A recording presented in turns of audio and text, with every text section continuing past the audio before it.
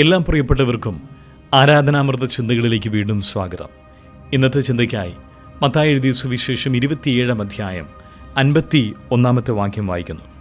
അപ്പോൾ മന്ദിരത്തിലെ തിരശ്ശീല മേൽ തൊട്ടടിയോളം രണ്ടായി ചീന്തിപ്പോയി. നമ്മുടെ കർത്താവായ യേശുക്രിസ്തുവിൻ്റെ ക്രൂശ് മരണത്തോടനുബന്ധിച്ച് നടക്കുന്ന സംഭവങ്ങളാണ് നാം ഇവിടെ വായിക്കുന്നത്. തിരശ്ശീല രണ്ടായി ചീന്തിപ്പോയി. എന്തുകൊണ്ടാണ് കർത്താവിൻ്റെ ക്രൂശ് മരണത്തിങ്കൽ തിരശ്ശീല രണ്ടായി ചീന്തിപ്പോയത്? അത് മനസ്സിലാക്കണമെങ്കിൽ ഈ തിരശ്ശീലയുടെ നടുവിലുണ്ടായിരുന്ന ചിത്രത്തെക്കുറിച്ച് മനസ്സിലാക്കണം. പുറപ്പാട് പുസ്തകം 26-ാം അധ്യായം പ്രാരംഭവാക്യങ്ങളിൽ രേഖപ്പെടുത്തിയിരിക്കുന്നു എങ്ങനെയാണ് തിരശ്ശീല നിർമ്മിക്കപ്പെട്ടതെന്ന്.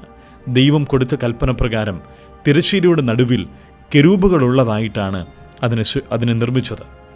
അത് ഓർമ്മപ്പെടുത്തുന്നത് എന്താണ്? ഉൽപ്പത്തി പുസ്തകം 3-ാം അധ്യായത്തിൻ്റെ ഏറ്റവും ഒടുവിലത്തെ വാക്യത്തിൽ നാം ഇങ്ങനെ വായിക്കുന്നുണ്ട്: പാപം ചെയ്തു വീണുപോയ മനുഷ്യനെ ഏദെൻ തോട്ടത്തിന് പുറത്താക്കിയതിനു ശേഷം വീണ്ടും മടങ്ങി വരാതിരിക്കുവാൻ വേണ്ടി കെരൂബുകളെ അഗ്നിജ്വാലയോടുകൂടെ അവിടെ നിർത്തി.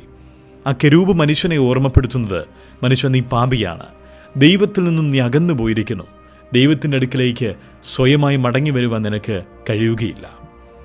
ആണ്ടിലൊരിക്കൽ മാത്രം അതിവിശുദ്ധ സ്ഥലത്തേക്ക് മഹാപുരോഹിതൻ കടന്നു വരുമ്പോൾ ഈ തിരശ്ശീലയിൽ കൂടിയാണ് പ്രവേശിക്കുന്നത്. അല്ലാതെ മനുഷ്യന് അവിടേക്ക് കടന്നു വരുവാൻ കഴിയുകയില്ല.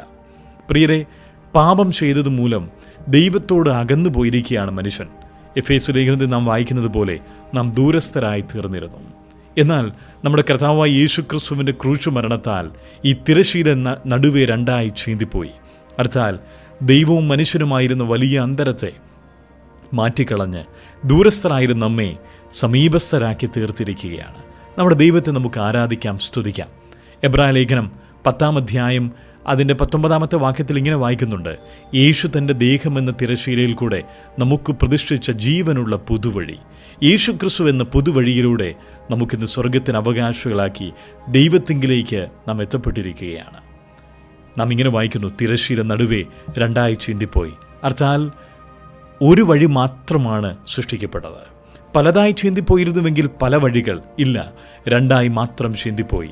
ദൈവത്താൽ തുറക്കപ്പെട്ട ഏക രക്ഷാമാർഗമായ യേശുക്രിസ്തു എന്ന ഏക വഴി.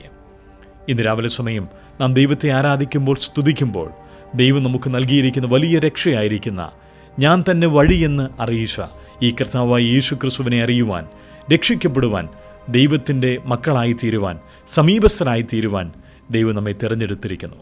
നന്ദിയുള്ള ഹൃദയത്തോടുകൂടെ നമ്മുടെ ദൈവത്തെ നമുക്ക് ആരാധിക്കാം, സ്തുതിക്കാം. ദൈവനാമം വാഴ്ത്തപ്പെടുമാറാകട്ടെ.